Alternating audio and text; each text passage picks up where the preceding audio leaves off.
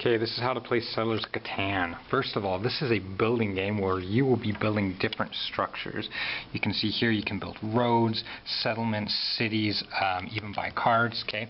And the trick with this game is you're going to buy these things not with money like you would in Monopoly, but with different resources, different resource combinations. So you can see here to build a road, you would need a wood and a brick. To build a settlement, you would need a wood, a brick, a wheat, and a sheep.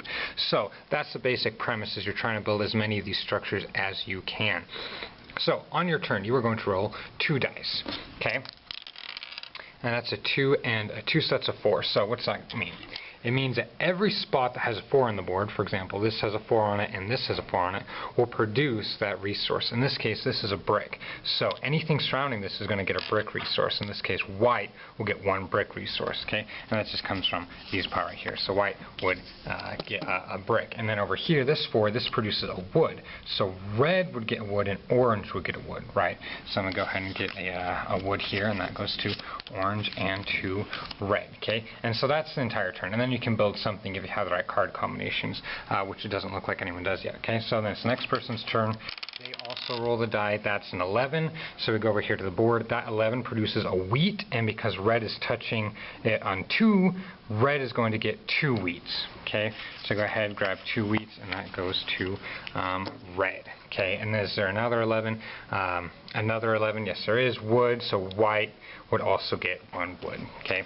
So right, let's say it was white's turn, right? White could now build a structure. In this case, white has a wood and a brick, which, going down to our sheet, 1 wood and 1 brick means they can build a road. So what white would do is he would go here and take one of these road pieces, and they would attach it, has to attach onto one of their existing settlements or roads. So they can either put it here, or onto either of these spaces like that. White could also build the road here, here, here, or here. And what you want to do is you want to build roads at least 2 long, because you want to be buying settlements in the future. Okay, so let's say someone had a wood, a brick, a wheat, and a sheep. Okay, first of all, these are returned to the supply like this, but let's say a person had one of each of these resources. Okay, let's say white had that. Okay, so that's a wood, a brick, a wheat, and a sheep. Here we have wood, brick, wheat, and sheep for a settlement. So they would take one of their settlement pieces and they would put it on the board by putting these cards back into the supply. Okay, this piece. Now, the tricky thing with settlements are they have to be at least 2 away from any other settlement, and they have to be attached to your own stuff.